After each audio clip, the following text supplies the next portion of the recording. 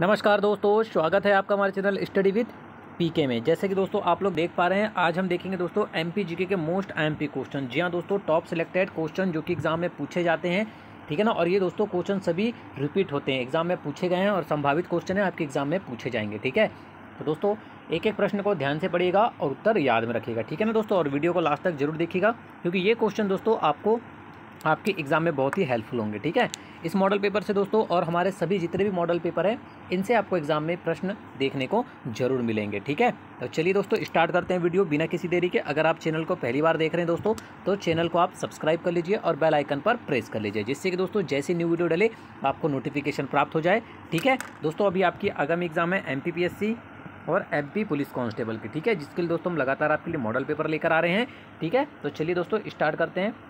और इससे पहले के दोस्तों अगर आपने मॉडल पेपर नहीं देखे तो आपको नीचे लिंक मिल जाएगी उन वीडियोस की, आप वहां जाकर देख सकते हैं, ठीक है। और दोस्तों आप हमारा व्हाट्सएप ग्रुप भी ज्वाइन कर सकते हैं, नीचे आपको उसकी लिंक मिल जाएगी जिसमें दोस्तों आपको, ठीक है ना, सभी प्रकार के PDF अवेलेबल होंगे वहाँ पर, ठीक है ना। चलिए आगे बढ़ते हैं, देखते हैं दोस्तों पहला क्वेश्चन क्या है, ठीक है ना। स्टार्ट करते हैं वीडियो, पहला प्रश्न देखते हैं दोस्तों। वीडियो को अंत तक जरूर देखिएगा, आपके बहुत ही इंपॉर्टेंट होगी आपके लिए ये वीडियो, ठीक है ना, मास्टर वीडियो होगी दोस्तों आपके लिए। चलिए पहला प्रश्न देखते हैं। भोपाल ट्रेजेडी नामक पुस्तक के रचयिता कौन है। देखिए आपको पुस्तक से रिलेटेड क्वेश्चन दोस्तों बताने की जरूरत नहीं है, आपको पूछे ही जाते हैं, ठीक है ना, ठीक है ना। सभी को पता दोस्तों कि पुस्तक से रिलेटेड क्वेश्चन और उनके रचयिता से रिलेटेड क्वेश्चन एग्जाम में कितने इंपॉर्टेंट होते हैं, ठीक है। जिसमें ये दोस्तों क्वेश्चन पूछा भी गया है और पूछा जा सकता है कि भोपाल ट्रेजेडी नामक पुस्तक के रचयिता कौन है, ठीक है। दोस्तों आपको 4 ऑप्शन दिए गए हैं, Khushwant Singh, David Weir, M Arun Subramaniam, NK Chopra, ठीक है ना। तो दोस्तों भोपाल ट्रेजेडी नामक जो पुस्तक के रचयिता हैं, याद रखिएगा ये पुस्तक जो लिखी गई है दोस्तों वो M अरुण सुब्रमण्यम के द्वारा लिखी गई है, ठीक है ना। M अरुण सुब्रमण्यम के द्वारा यह पुस्तक लिखी गई है दोस्तों, याद रखिएगा भोपाल ट्रेजेडी, ठीक है ना, एग्जाम में क्वेश्चन आता है ये। आगे बढ़ते हैं। मध्य प्रदेश के निम्नलिखित में से किस साहित्यकार को लोकसभा में सर्वाधिक समय का अवसर मिला था, ठीक है। आपको बताना है दोस्तों कि वे कौन से साहित्यकार हैं जिनको लोकसभा में सर्वाधिक समय का अवसर मिला था दोस्तों, ठीक है ना। अगर ये क्वेश्चन आपको एग्जाम में पूछा जाता है तो आप सीधा आंसर लगा के दोस्तों सेठ गोविंददास ने, ठीक है, सेठ गोविंददास, ऑप्शन नंबर 2 आपका आंसर हो जाएगा। ये ऐसे साहित्यकार हैं दोस्तों मध्य प्रदेश के जिन्हें लोकसभा में सर्वाधिक समय का अवसर मिला था, ठीक है ना। राष्ट्रीय पत्रकारिता विश्वविद्यालय संस्थान भोपाल की स्थापना कब की गई, ठीक है ना। मोस्ट आईएमपी क्वेश्चन है, मध्य प्रदेश के एग्जाम में जरूर पूछा जाएगा दोस्तों ये क्वेश्चन कि राष्ट्रीय पत्रकारिता विश्वविद्यालय संस्थान भोपाल की स्थापना कब की गई, ठीक है। 4 ऑप्शन दिए गए हैं दोस्तों आपको कब की गई थी, ठीक है ना। देखिए दोस्तों 1990 अगर केवल आपको सन पूछा जाता है तो, और अगर तारीख और महीना भी पूछा जाता है दोस्तों तो याद रखिएगा 16 जनवरी 1990, ऑप्शन नंबर C आपका आंसर हो जाएगा। 16 जनवरी 1990 को राष्ट्रीय पत्रकारिता विश्वविद्यालय संस्थान भोपाल की स्थापना की गई थी, ठीक है ना, याद रखिएगा। आगे बढ़ते हैं दोस्तों क्वेश्चन नंबर 4 की ओर। वस्तुकला की प्रमुख पुस्तक समरांगण सूत्र के लेखक कौन है। मोस्ट आईएमपी क्वेश्चन दोस्तों, दी मोस्ट आईएमपी क्वेश्चन, ठीक है। एग्जाम में पता नहीं कितने बार पूछा गया दोस्तों ये क्वेश्चन कि वस्तुकला की प्रमुख पुस्तक समरांगण सूत्र, ठीक है, समरांगण सूत्र के लेखक कौन है। अगर एग्जाम में क्वेश्चन पूछा जाए दोस्तों तो याद रखिएगा इसके जो लेखक हैं वो हैं राजा भोज, ठीक है ना। कौन है दोस्तों, राजा भोज इसके लेखक हैं, ठीक है। आपको सभी क्वेश्चन इसी तरह के इंपॉर्टेंट क्वेश्चन मिलेंगे जो आपके एग्जाम में पूछे जाते हैं, ठीक है ना। आगे बढ़ते हैं दोस्तों धीरे धीरे। मध्य प्रदेश का खेलकूद साप्ताहिक समाचार पत्र खेल हलचल कहाँ से प्रकाशित होता है, ठीक है। सभी को पता दोस्तों कि मध्य प्रदेश का जो खेलकूद साप्ताहिक समाचार पत्र है खेल हलचल, कभी कभी आपको एग्जाम में इतना ही पूछा जाएगा कि मध्य प्रदेश का खेलकूद साप्ताहिक समाचार पत्र कौन सा है, तो ये भी आपको याद रखना है कौन सा है, खेल हलचल। और ये कहाँ से प्रकाशित होता है दोस्तों, ये होता है आपका भोपाल से, ठीक है ना, याद रखिएगा भोपाल से प्रकाशित होता है खेल हलचल, ठीक है ना। चलिए आगे बढ़ते हैं। निम्नलिखित में से मध्य प्रदेश के किस मुख्यमंत्री का कार्यकाल सबसे कम रहा, ठीक है। आपको बताना है दोस्तों कि मध्य प्रदेश के वह कौन से मुख्यमंत्री है जिनका कार्यकाल सबसे कम रहा है, ठीक है। तो वो हैं दोस्तों आपके राजा नरेश चंद्र, ऐसे मुख्यमंत्री थे जिनका मध्य प्रदेश में मुख्यमंत्री के पद पर कार्यकाल सबसे कम रहा है, ठीक है दोस्तों, याद रखिएगा, ठीक है ना। भोपाल के निकट मंडी द्वीप में देश का प्रथम ऑप्टिकल फाइबर कारखाना किस देश के सहयोग से स्थापित किया गया है, ठीक है। आपको बताना दोस्तों कि भोपाल के निकट मंडी द्वीप में देश का जो प्रथम ऑप्टिकल फाइबर कारखाना है वो किस देश के सहयोग से स्थापित किया गया है दोस्तों, उस देश का नाम बताना है आपको। 4 ऑप्शन दिए गए हैं, ठीक है। अगर एग्जाम में क्वेश्चन पूछा जाए तो सीधा आप लोग टिक लगा के आएंगे जापान को, ठीक है ना। जापान के सहयोग से स्थापित किया गया है प्रथम ऑप्टिकल फाइबर कारखाना देश का, ठीक है ना, याद रखिएगा। पुरी जो कि उड़ीसा में है कि कोणार्क मंदिर के भांति मध्य प्रदेश के उमरी व मड़खेरा में भी सूर्य मंदिर है, ठीक है। पुरी के कोणार्क के भांति दोस्तों मध्य प्रदेश की उमरी व मड़खेरा में भी सूर्य के मंदिर है। ये स्थान किस जिले में स्थित है, ठीक है। ये दोनों स्थान जो है उमरी और मड़खेरा दोस्तों आपको बताना है किस जिले में स्थित है। अगर एग्जाम में क्वेश्चन पूछा जाता है तो आपको पता होना चाहिए दोस्तों कि ये दोनों ही स्थान टीकमगढ़ जिले में स्थित हैं, ठीक है ना, याद रखिएगा। टीकमगढ़ जिले में स्थित हैं ये दोनों ही स्थान, कौन कौन से, उमरी और मड़खेरा। आदिवासी कला, लोक कला और पारंपरिक कला के क्षेत्र में मध्य प्रदेश सरकार द्वारा कौन सा सम्मान प्रदान किया जाता है दोस्तों, आपको बताना है कि आदिवासी कला, लोक कला और पारंपरिक कला के क्षेत्र में मध्य प्रदेश सरकार द्वारा कौन सा सम्मान प्रदान किया जाता है दोस्तों। अक्सर एग्जाम में ये क्वेश्चन देखने को मिलेगा आपको, ठीक है।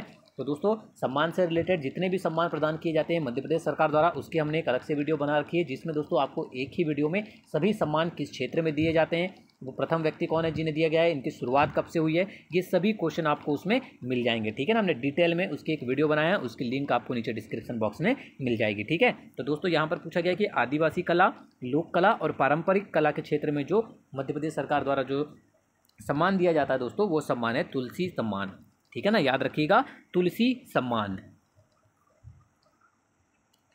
मध्य प्रदेश की सर्वाधिक ऊंची चोटी धूपगढ़ निम्नलिखित में से किस भाग में स्थित है, ठीक है, किस भाग में स्थित है दोस्तों, याद रखिएगा। यह है दोस्तों आपकी सतपुड़ा मैकाल श्रेणी में। मध्य प्रदेश की सर्वाधिक ऊंची चोटी जो है धूपगढ़ वो कहाँ पर स्थित है दोस्तों, सतपुड़ा मैकाल श्रेणी पर स्थित है, जिसकी ऊंचाई कितनी है 1350 मीटर।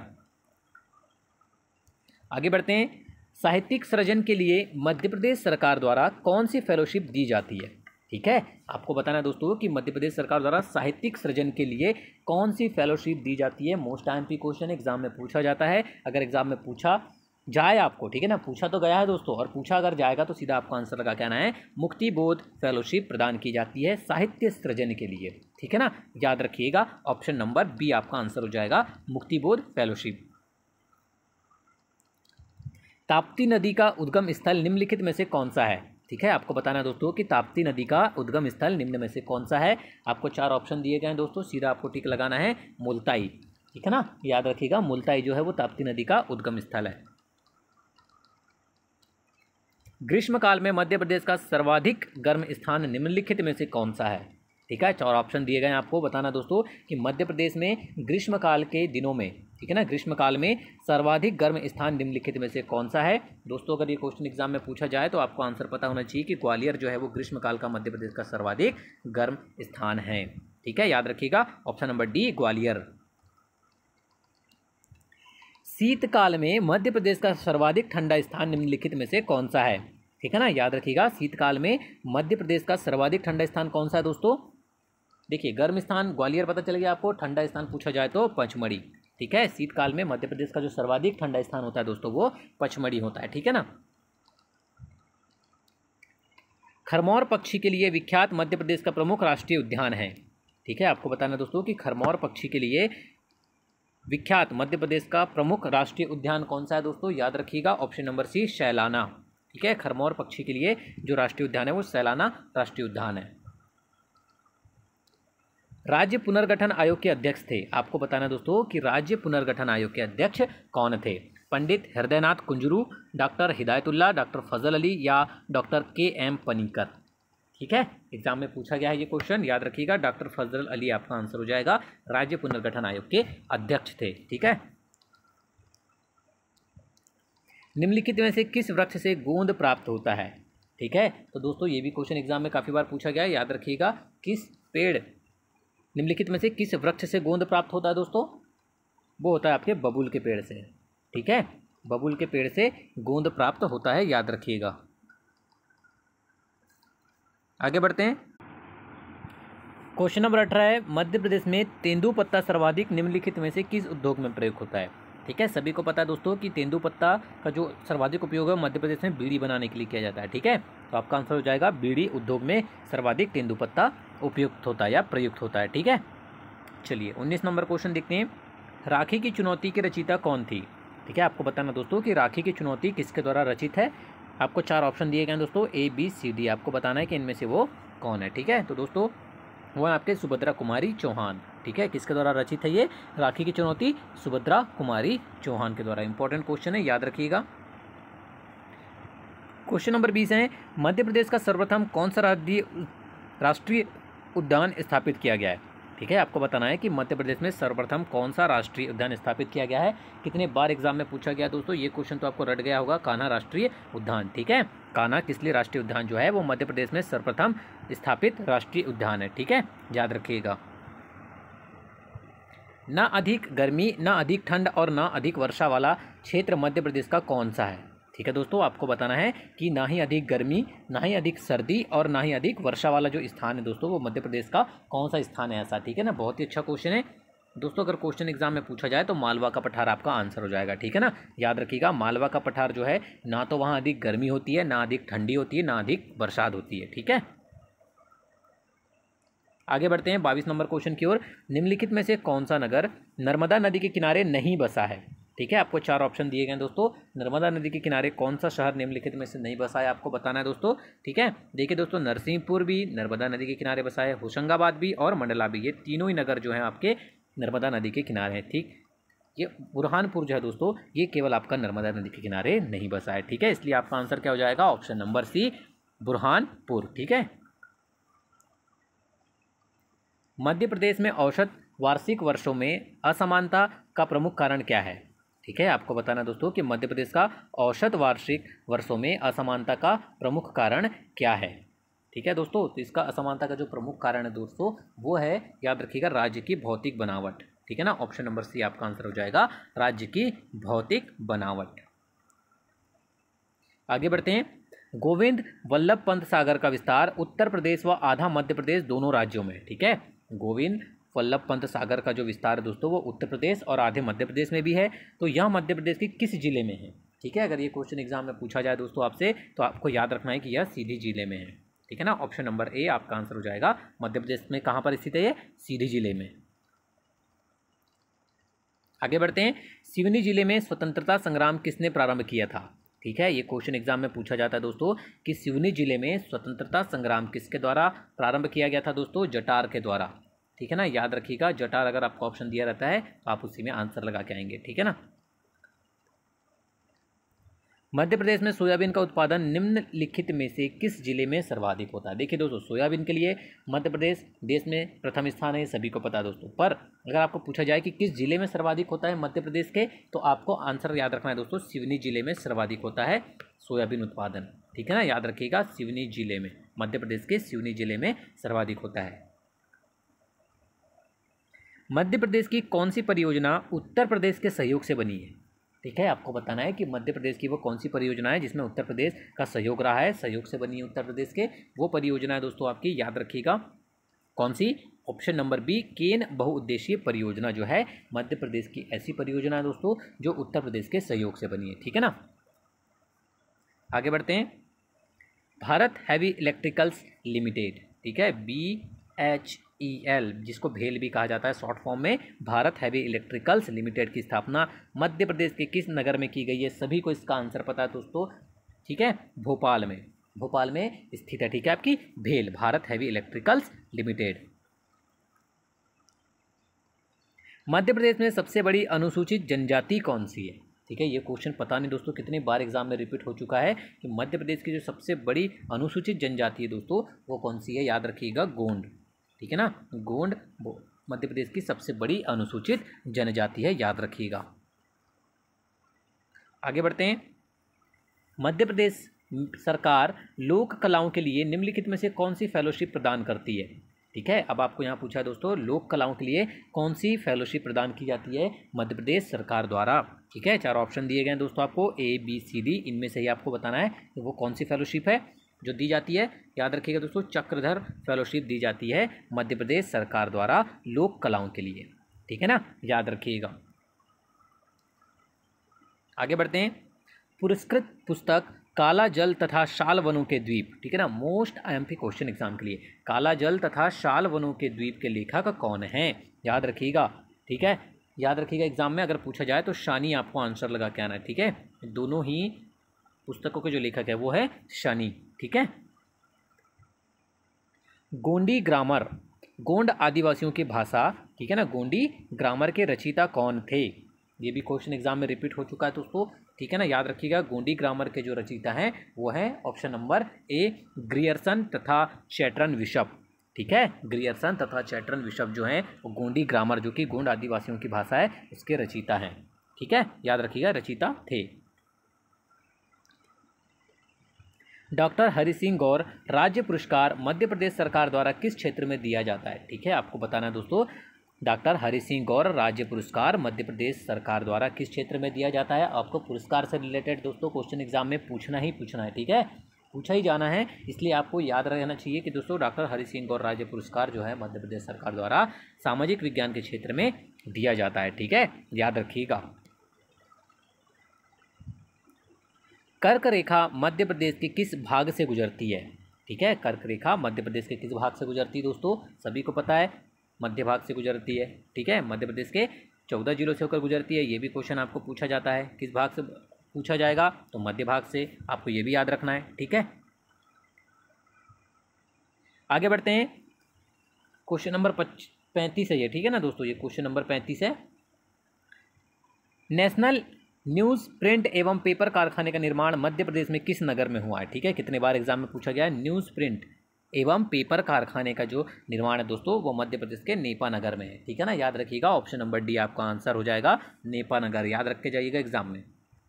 नर्मदा घाटी विकास निगम किस वर्ष गठित किया गया, आपको बताना है कि नर्मदा घाटी विकास निगम जो दोस्तों किस वर्ष गठित किया गया है, मोस्ट आईएमपी क्वेश्चन है, ठीक है ना। अगर एग्जाम में आपको पूछा जाए तो याद रखिएगा सन 1981, ठीक है ना। नर्मदा घाटी विकास निगम की स्थापना जो है या इसे किस वर्ष गठित किया गया है, सन 1981 में किया गया है, ठीक है, ऑप्शन नंबर बी याद रखिएगा। आगे बढ़ते हैं। राष्ट्रीय रामलीला मेला मध्य प्रदेश के किस नगर में आयोजित किया जाता है, कितना अच्छा क्वेश्चन है दोस्तों एग्जाम के लिए, बिल्कुल एग्जाम में पूछा जा सकता है आपको कि राष्ट्रीय रामलीला मेला जो है वो मध्य प्रदेश के किस नगर में आयोजित होता है। तो याद रखिएगा दोस्तों राष्ट्रीय रामलीला मेला मध्य प्रदेश की राजधानी भोपाल में आयोजित होता है, ठीक है, याद रखिएगा भोपाल। अफीम उत्पादन की दृष्टि से मध्य प्रदेश का देश में कौन सा स्थान है, ठीक है। अफीम उत्पादन की दृष्टि से दोस्तों एग्जाम में अक्सर पूछा जाता है, याद रखिएगा अफीम उत्पादन में मध्य प्रदेश का दूसरा स्थान है, ठीक है। चलिए आगे बढ़ते हैं। अफीम उत्पादन की दृष्टि से मध्य प्रदेश का देश में कौन सा स्थान है, लगता है क्वेश्चन रिपीट हो गया दोस्तों, अभी हमने देखा द्वितीय स्थान है, ठीक है ना, याद रखिएगा, लगता है क्वेश्चन रिपीट हो गया ये। आगे बढ़ते हैं। मध्य प्रदेश की बहुप्रतीक्षित नर्मदा सागर परियोजना कब प्रारंभ हुई, ठीक है। मध्य प्रदेश की बहुप्रतीक्षित नर्मदा सागर परियोजना है दोस्तों, ये प्रारंभ हुई थी, याद रखिएगा 18 नवंबर 1987 में, ठीक है। कब हुई थी, 18 नवंबर 1987। आपको डेट भी याद रखना है, महीना भी याद रखना है और साल भी याद रखना है, ठीक है ना। आगे बढ़ते हैं। सिक्योरिटी पेपर मिल कहाँ पर स्थित है, ठीक है। तो दोस्तों सिक्योरिटी पेपर मिल जो है वो आपका होशंगाबाद में स्थित है, ठीक है ना, याद रखिएगा कहाँ पर है, होशंगाबाद में स्थित है आपकी सिक्योरिटी पेपर मिल। देश में क्षेत्रफल की दृष्टि से सर्वाधिक बड़ा राज्य है, ठीक है, आपको बताना है कि हमारे भारत देश में क्षेत्रफल की दृष्टि से दोस्तों सर्वाधिक सबसे बड़ा मतलब राज्य कौन सा है दोस्तों, सभी को पता है वो कौन सा राज्य है, राजस्थान, ठीक है ना, याद रखिएगा क्षेत्रफल की दृष्टि से पूछा गया है आपको। आगे बढ़ते हैं। नर्मदा नदी का उद्गम स्थल है, सभी को पता है दोस्तों नर्मदा नदी का उद्गम स्थल, क्योंकि काफ़ी बार एग्जाम में पूछा गया ये क्वेश्चन, अमरकंटक, ठीक है, अमरकंटक है नर्मदा नदी का उद्गम स्थल, ठीक है ना। मध्य प्रदेश की सीमा को छूने वाले राज्यों की संख्या कितनी है, बार बार एग्जाम में पूछा गया है दोस्तों आपको कि मध्य प्रदेश को छूने वाले राज्यों की संख्या कितनी है। देखिए दोस्तों मध्य प्रदेश को कौन कौन से राज्य छूते हैं, छत्तीसगढ़, उत्तर प्रदेश, तीसरा है आपका राजस्थान, ठीक है, चौथा है आपका महाराष्ट्र, पांचवा है आपका गुजरात। ये 5 राज्य मध्य प्रदेश की सीमा को छूते हैं। ठीक है, अगर इसमें आपको क्वेश्चन पूछा जाए कि सर्वाधिक सीमा किस राज्य से मिलती है और सबसे कम सीमा किस राज्य से मिलती है, तो सर्वाधिक सीमा जो है दोस्तों वो उत्तर प्रदेश से मिलती है और सबसे कम सीमा जो है वो गुजरात से मिलती है। ठीक है ना, ये भी आपको याद रखना है। क्वेश्चन नंबर 45 है, मध्य प्रदेश में चांदनी तापीय विद्युत केंद्र निम्नलिखित में से किस स्थान पर स्थापित हुआ है। ठीक है, मध्य प्रदेश में चांदनी तापीय विद्युत केंद्र जो है दोस्तों कहाँ स्थापित हुआ, याद रखिएगा नेपानगर में। ऑप्शन नंबर सी आपका आंसर हो जाएगा नेपानगर। आगे बढ़ते हैं दोस्तों धीरे धीरे 46 नंबर क्वेश्चन की ओर। मध्य प्रदेश सरकार द्वारा दिए जाने वाले पुरस्कारों और सम्मानों में कौन सा सम्मिलित नहीं किया जा सकता। ठीक है, आपको ये 4 ऑप्शन दिए गए हैं दोस्तों, इनमें से बताना है आपको कि वो कौन सा सम्मान है जो मध्य प्रदेश सरकार द्वारा प्रदान नहीं किया जाता है। ठीक है, देखिए दोस्तों, तुलसी सम्मान भी प्रदान किया जाता है, आपको पता है, कालिदास सम्मान भी प्रदान किया जाता है और तानसेन सम्मान भी प्रदान किया जाता है। ये तीनों ही सम्मान ऐसे हैं जो मध्य प्रदेश सरकार द्वारा प्रदान किए जाते हैं। ठीक है, आर्यभट्ट सम्मान जो है वो मध्य प्रदेश सरकार द्वारा प्रदान नहीं किया जाता है। ठीक है, याद रखिएगा।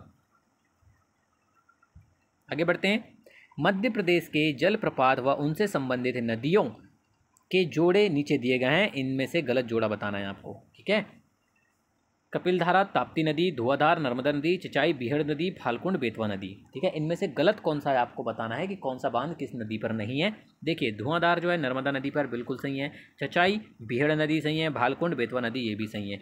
कपिलधारा जो है जलप्रपात दोस्तों वो ताप्ती नदी पर स्थित नहीं है, इसलिए यह कथन जो है दोस्तों मतलब ये जोड़ा आपका गलत हो जाएगा। बाकी बी, सी और डी तीनों ही जोड़े आपके सत्य हैं। ठीक है ना, आगे बढ़ते हैं। मध्य प्रदेश में विश्वविख्यात चंदेरी की साड़ियाँ निम्नलिखित में से कहाँ बनाई जाती है। ठीक है, आपको बताना है दोस्तों कि विश्वविख्यात जो चंदेरी की साड़ियाँ हैं, ठीक है ना, आपको एग्जाम में पूछा जाता है कि चंदेरी किसके लिए प्रसिद्ध है या साड़ियों के लिए प्रसिद्ध कौन सा स्थान है, तो चंदेरी आपको याद रखना है कि साड़ियों के लिए विश्वविख्यात है। ठीक है, और इसकी साड़ियाँ जो है दोस्तों वो कहाँ बनाई जाती है, अगर ये एग्जाम में पूछा जाए तो टीकमगढ़, आपको ये भी याद रखना है। ठीक है, ऑप्शन नंबर ए आपका आंसर हो जाएगा टीकमगढ़। मध्य प्रदेश में महेश्वर की रेशमी साड़ियों के लिए निम्नलिखित में से कौन सा जिला विख्यात है। ठीक है, महेश्वर की रेशमी साड़ियों के लिए दोस्तों जो जिला विख्यात है वो है दोस्तों खरगोन। ठीक है, याद रखिएगा खरगोन जिला विख्यात है। ऑप्शन नंबर डी आपका आंसर हो जाएगा। आगे बढ़ते हैं, मध्य प्रदेश के औद्योगिक दृष्टि से उन्नत जिलों में कौन सा जिला शामिल नहीं है। ठीक है, आपको बताना है कि मध्य प्रदेश के औद्योगिक दृष्टि से जो उन्नत जिले हैं उनमें से कौन सा जिला इनमें से नहीं है। ठीक है, वो है दोस्तों आपका सागर जिला। बाकी भोपाल, जबलपुर और इंदौर तीनों ही आपके उन्नत जिलों के अंतर्गत आ जाते हैं औद्योगिक दृष्टि से। ठीक है ना, याद रखिएगा। मध्य प्रदेश में चर्म उत्पादन हेतु कारखाने की स्थापना कहाँ हुई। ठीक है, चर्म उत्पादन हेतु दोस्तों मध्य प्रदेश में कहाँ पर कारखाने की स्थापना हुई है, वो हुई है आपकी ग्वालियर में। ठीक है, याद रखिएगा ऑप्शन नंबर सी आपका आंसर हो जाएगा ग्वालियर में हुई है। ठीक है ना, चर्म उत्पादन हेतु। मध्य प्रदेश में बैडमिंटन के लिए इंडोर स्टेडियम निम्नलिखित में से कहाँ नहीं है, किन शहरों में नहीं है दोस्तों इंडोर स्टेडियम। ठीक है ना, बैडमिंटन के लिए दोस्तों देखिए भोपाल में भी है, जबलपुर में भी है और इंदौर में भी है, केवल सागर में नहीं है इंडोर स्टेडियम। ठीक है ना, याद रखिएगा ऑप्शन नंबर सी आपका आंसर हो जाएगा इंडोर स्टेडियम जो है वो बैडमिंटन के लिए सागर में उपस्थित नहीं है।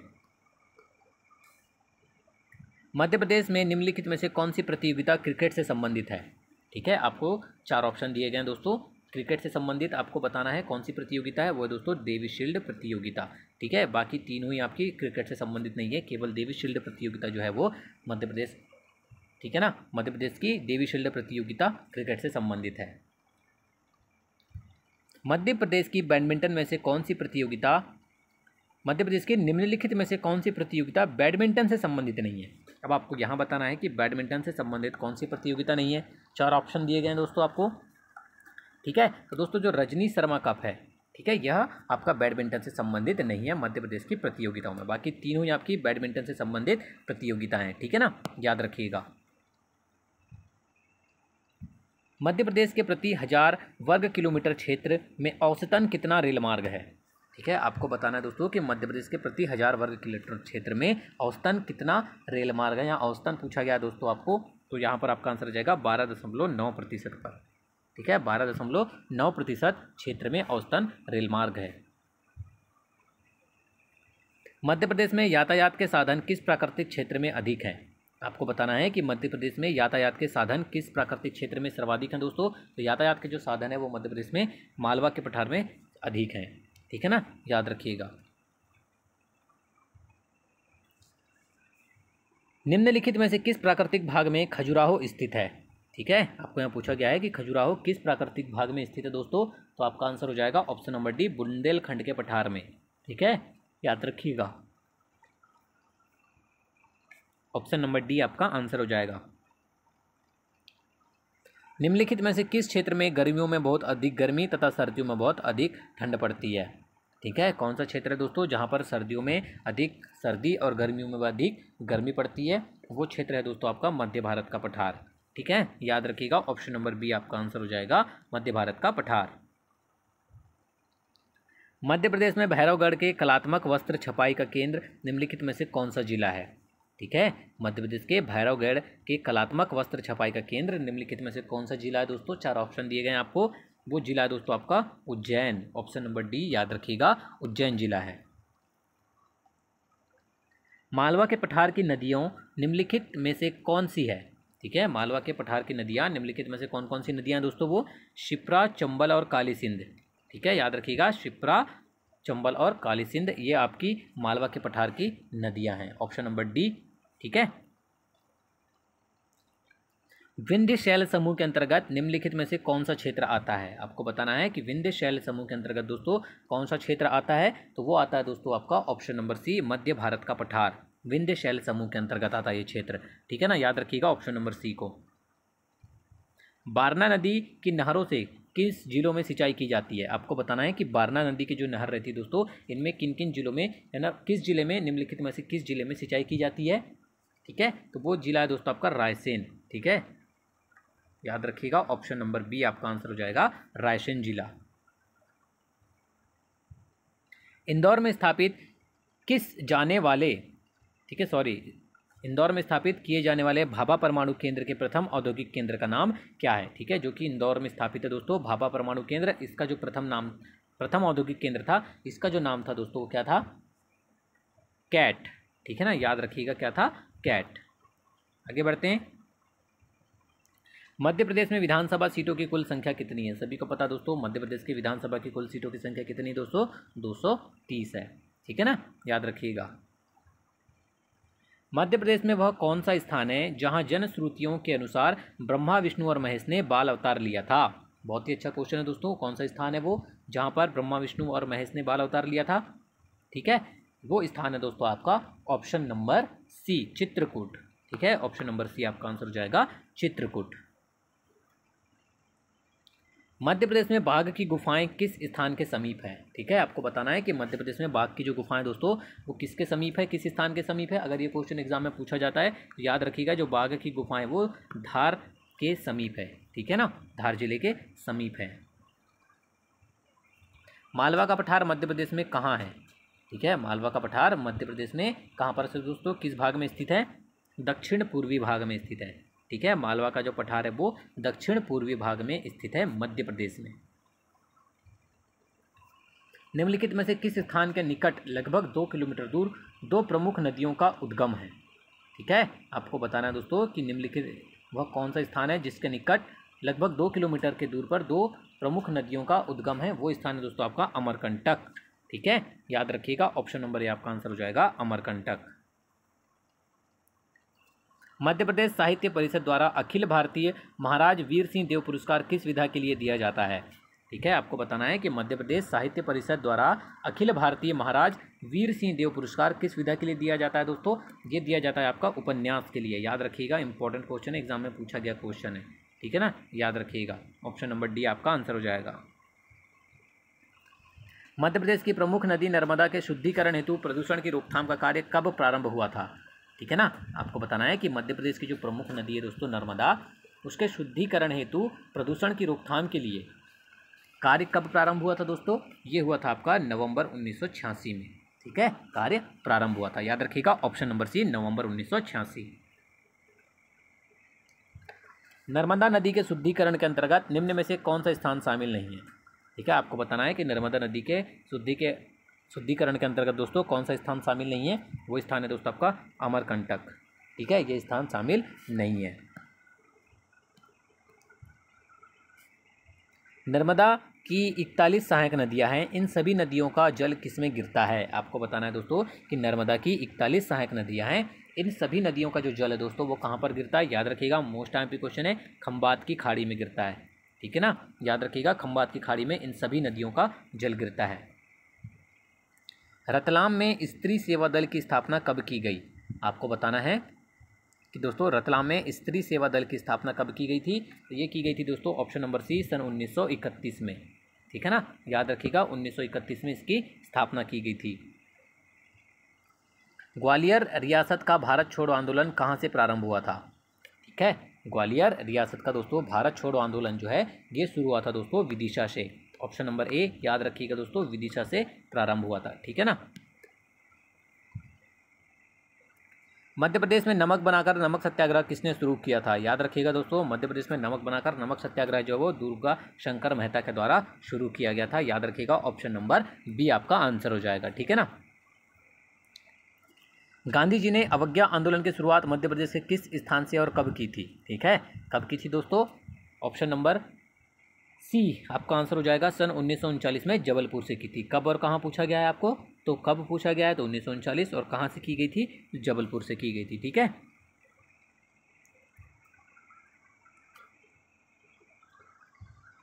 मध्य प्रदेश विद्युत मंडल का मुख्यालय कहाँ है? ठीक है, क्वेश्चन नंबर 77 है, मध्य प्रदेश विद्युत मंडल का मुख्यालय कहाँ पर स्थित है दोस्तों? सभी को पता है कहाँ पर है दोस्तों, मध्य प्रदेश विद्युत मंडल का मुख्यालय जबलपुर में। ठीक है ना, याद रखिएगा। निम्नलिखित में से किस स्थान पर तापीय बिजली उत्पन्न नहीं की जाती है? ठीक है, 4 ऑप्शन दिए गए हैं दोस्तों, तापीय बिजली उत्पन्न नहीं की जाती है, वो स्थान है आपका चांदनी विद्युत केंद्र। ठीक है ना, याद रखिएगा, तापीय बिजली उत्पन्न नहीं की जाती है यहाँ से। ऑप्शन नंबर बी आपका आंसर हो जाएगा, सॉरी, ठीक है ना, यहाँ बी नहीं आएगा, ऑप्शन नंबर डी आएगा, बरगी विद्युत केंद्र। ठीक है ना, थोड़ा मिस्टेक हो गई, ऑप्शन नंबर टी आपका आंसर आएगा, बरगी विद्युत केंद्र है जहाँ पर तापीय बिजली उत्पन्न नहीं की जाती है। ठीक है ना, ऑप्शन नंबर डी। बाकी इन तीनों ही जगह में की जाती है। ठीक है ना, तापीय बिजली उत्पन्न की जाती है। आगे बढ़ते हैं। प्रथम पंचवर्षीय योजना का मुख्य उद्देश्य था, बहुत बार एग्जाम में पूछा गया दोस्तों, सभी को पता है कि प्रथम पंचवर्षीय योजना का जो उद्देश्य था वो था कृषि को सुदृढ़ बनाना। Option number B. ठीक है। मध्य प्रदेश का प्रमुख समाचार पत्र ग्वालियर अखबार किस भाषा में प्रकाशित होता था तथा इसका प्रकाशन कब प्रारंभ हुआ था? ठीक है, आपको बताना दोस्तों कब प्रकाशित हुआ था और इसका कब हुआ था। दोस्तों ये हुआ था आपका ऑप्शन नंबर डी, उर्दू में हुआ था और 1840 में हुआ था। ठीक है ना, याद रखिएगा, मध्य प्रदेश का प्रमुख समाचार पत्र ग्वालियर अखबार। ठीक है, जो कि आपका उर्दू में हुआ था प्रकाशित और 1840 में। और आपको दोस्तों अगर एग्जाम में पूछा जाता है कि मध्य प्रदेश का प्रथम हिंदी अखबार कौन सा है, तो याद रखिएगा वो है मालवा अखबार। ठीक है ना, हिंदी अगर हिंदी में प्रकाशित पूछा जाएगा तो, ठीक है ना, याद रखिएगा। मध्य प्रदेश के महान कवि तथा स्वतंत्रता सेनानी माखनलाल चतुर्वेदी कौन सा समाचार पत्र निकालते थे? सभी को पता दोस्तों कि माखनलाल चतुर्वेदी जो है वो कर्मवीर समाचार पत्र निकालते थे। ठीक है ना, याद रखिएगा, ऑप्शन नंबर ए आपका आंसर हो जाएगा। मध्य प्रदेश में क्रिकेट हेतु किस क्लब या संगठन की स्थापना सबसे पहले की गई थी? ठीक है, किस संगठन की स्थापना की गई थी दोस्तों सबसे पहले? पारसी क्लब की। ठीक है, ऑप्शन नंबर डी याद रखिएगा, आपका आंसर हो जाएगा, पारसी क्लब की जो स्थापना है सबसे पहले की गई थी। निम्नलिखित में से प्राचीन गुफाओं वाले पर्यटन का स्थान कौन सा नहीं है? ठीक है, ऑप्शन नंबर ए मांडू जो है दोस्तों यह प्राचीन गुफा वाले पर्यटन का स्थान नहीं है। बाकी बाघ की गुफाएं, उदयगिरी और कावरा गुफाएं, ठीक है ना, ये तीनों ही आपकी प्राचीन गुफाओं वाले पर्यटन स्थान है। ठीक है ना, मांडू इसके अंतर्गत नहीं आता है। मध्य प्रदेश में अजंता के समान गुफाएं कौन सी है? ठीक है, आपको बताना है कि मध्य प्रदेश में अजंता के समान जो गुफाएं दोस्तों वो कौन सी है? वो है दोस्तों बाघ की गुफाएं जो है वो अजंता के गुफाएं के समान है। और आपको एग्जाम में पूछा जाता है कि अजंता की गुफाएं कहाँ स्थित है, तो याद रखिएगा दोस्तों महाराष्ट्र में स्थित है। ठीक है ना। रक्षा उत्पादन युद्ध उपकरण व अस्त्र शस्त्र कारखाना किस शहर में है? सभी को पता है दोस्तों कहाँ पर है, जबलपुर में स्थित है ये आपका रक्षा उत्पादन युद्ध उपकरण व अस्त्र शस्त्र कारखाना। ठीक है, जबलपुर शहर। शाहजहां के बड़े लड़के द्वारा अपने भाई औरंगजेब के साथ लड़ाई में पराजित हो निम्नलिखित में से किस किले में आश्रय लिया था? किस किले में लिया था दोस्तों आश्रय? याद रखिएगा, अगर एग्जाम में पूछा जाएगा तो धार के किले में आश्रय लिया गया था। ठीक है ना, याद रखिएगा, ऑप्शन नंबर सी आपका आंसर हो जाएगा, धार का किला। बांधवगढ़ का किला कहाँ है? ठीक है, आपको बताना दोस्तों कि बांधवगढ़ का किला जो है अगर एग्जाम में पूछा जाए तो कटनी बिलासपुर रेलमार्ग पर स्थित है। ठीक है, कटनी बिलासपुर रेलमार्ग पर स्थित है बांधवगढ़ का किला। निम्नलिखित में से जैनियों का तीर्थ स्थल कौन सा है? ठीक है, यहाँ पर जैनियों का पूछा गया दोस्तों आपको तीर्थ स्थल कौन सा है, वो है दोस्तों उनका मुक्तागिरी। ठीक है, ऑप्शन नंबर ए आपका आंसर हो जाएगा, मुक्तागिरी जो है वो जैनों का तीर्थ स्थल है। महिष्मती नामक प्राचीन तीर्थ स्थल अब किस नाम से जाना जाता है? शिवनगर, महेश्वर, बनिया या राजपूत? तो दोस्तों महिष्मती नामक जो प्राचीन तीर्थ स्थल है ना, ये जाना जाता है दोस्तों वर्तमान में, ठीक है ना, प्राचीन स्थल अब किस नाम से जाना जाता है? महेश्वर के नाम से जाना जाता है। ऑप्शन नंबर बी याद रखिएगा, एग्जाम में काफ़ी बार पूछा गया क्वेश्चन। आगे बढ़ते हैं दोस्तों, 90 नंबर क्वेश्चन है आपका। जहांगीर ने अपने विश्राम के लिए एक सुंदर महल मध्य प्रदेश में बनवाया था, वह कहाँ स्थित है? ठीक है, जहांगीर ने अपने विश्राम के लिए जो एक सुंदर महल बनवाया था दोस्तों, वो स्थित है आपका अजयगढ़ में। ठीक है, ऑप्शन नंबर बी याद रखिएगा, अजयगढ़ में स्थित है। वह कौन सा क्षेत्र है जहां गोंड आदिवासी रहते हैं? ठीक है, आपको बताना दोस्तों कि वह कौन सा क्षेत्र है जहां गोंड आदिवासी रहते हैं। तो अगर एग्जाम में पूछा जाए दोस्तों तो याद रखिएगा, विंध्य सतपुड़ा पर्वत श्रेणियां, जहां पर गोंड आदिवासी रहते हैं। ऑप्शन नंबर बी आपका आंसर हो जाएगा। ठीक है, मध्य प्रदेश की अंतर्राष्ट्रीय ख्याति प्राप्त महिला क्रिकेट खिलाड़ी कौन है? 4 ऑप्शन दिए गए हैं आपको दोस्तों, कौन है? वो है राजेश्वरी ढोलकिया। ठीक है, ऑप्शन नंबर डी याद रखिएगा, यह मध्य प्रदेश की ख्याति प्राप्त महिला क्रिकेट खिलाड़ी है। ठीक है ना, याद रखिएगा। उत्तर पूर्वी रेलवे का वैगन वर्कशॉप कहाँ पर है? ठीक है, आपको अक्सर एग्जाम में देखने को मिलेगा कि उत्तर पूर्वी रेलवे का जो वैगन वर्कशॉप है दोस्तों, वो मध्य प्रदेश की राजधानी भोपाल में स्थित है। ठीक है ना, ऑप्शन नंबर बी याद रखिएगा, आपका आंसर हो जाएगा। मध्य प्रदेश में सार्वजनिक उद्योगों को वित्तीय सहायता देने तथा नए उद्योगों को प्रोत्साहन देने का कार्य कौन सी संस्था करती है? ठीक है, मध्य प्रदेश के सार्वजनिक उद्योगों को वित्तीय सहायता देने और नए उद्योग को प्रोत्साहन देने का जो कार्य है दोस्तों, वो मध्य प्रदेश औद्योगिक विकास निगम करती है। ठीक है ना, याद रखिएगा, ऑप्शन नंबर सी आपका आंसर हो जाएगा। देश का सबसे बड़ा बायोगैस संयंत्र मध्य प्रदेश में कहाँ स्थित है? ठीक है, कहाँ पर स्थित दोस्तों? भदभदा, जो कि भोपाल के समीप है। यहाँ पर देश का सबसे बड़ा बायोगैस संयंत्र मध्य प्रदेश में स्थित है। याद रखिएगा, अगर एग्जाम में पूछा जाए आपको तो। ठीक है ना, मुंबई दिल्ली रेल मार्ग पर निम्नलिखित में से कौन सा स्टेशन नहीं पड़ता है? सभी को पता है दोस्तों, मुंबई दिल्ली अगर रेल मार्ग है तो दोस्तों वहाँ पर जबलपुर जो रेलवे स्टेशन है वो नहीं पड़ता है। ठीक है ना, आगे बढ़ते हैं, 97 नंबर क्वेश्चन की ओर बढ़ते हैं। मध्य प्रदेश में बुक बैंक योजना का मुख्य कार्यालय कहाँ पर है? ठीक है, आपको बताना दोस्तों कि बुक बैंक योजना का मुख्य कार्यालय कहाँ पर स्थित दोस्तों? इंदौर में स्थित है। ऑप्शन नंबर बी याद रखिएगा, आपका आंसर हो जाएगा। ठीक है, स्निग्धा मेहता किस खेल की अंतर्राष्ट्रीय ख्याति प्राप्त खिलाड़ी हैं? ठीक है, आपको खेल और खिलाड़ी से संबंध एग्जाम में पूछे जाते हैं, तो यहाँ पर पूछा गया है कि स्निग्धा मेहता जो है दोस्तों, वो टेबल टेनिस की अंतर्राष्ट्रीय ख्याति प्राप्त खिलाड़ी है। ठीक है, याद रखिएगा। 99 नंबर क्वेश्चन की ओर बढ़ते हैं। मध्य प्रदेश के एकमात्र आदिवासी मुख्यमंत्री कौन थे जो मात्र 13 दिनों तक इस पद पर रहे? ठीक है, तो वो कौन है दोस्तों? ऑप्शन नंबर डी आपका आंसर हो जाएगा, राजा नरेश चंद्र। ठीक है, जो कि केवल 13 दिनों तक इस पद पर रहे थे। किस पद पर? मुख्यमंत्री के पद पर। ठीक है ना, आज का लास्ट क्वेश्चन है दोस्तों, कला के क्षेत्र में मध्य प्रदेश में सृजनात्मक श्रेष्ठता के लिए कौन सा पुरस्कार दिया जाता है? सभी को पता है दोस्तों, कालिदास सम्मान से सम्मानित किया जाता है उस व्यक्ति को। ठीक है ना, याद रखिएगा, ऑप्शन नंबर ए आपका आंसर हो जाएगा। कला के क्षेत्र में मध्य प्रदेश में सृजनात्मक श्रेष्ठता के लिए कालिदास सम्मान पुरस्कार प्रदान किया जाता है। ठीक है, ऑप्शन नंबर ए आपका आंसर हो जाएगा। वीडियो को अंत तक देखने के धन्यवाद दोस्तों। वीडियो पसंद आया तो लाइक और शेयर जरूर कीजिएगा और इसी तरह की लगातार वीडियो पाने के लिए दोस्तों हमारे चैनल को सब्सक्राइब जरूर कीजिएगा। धन्यवाद।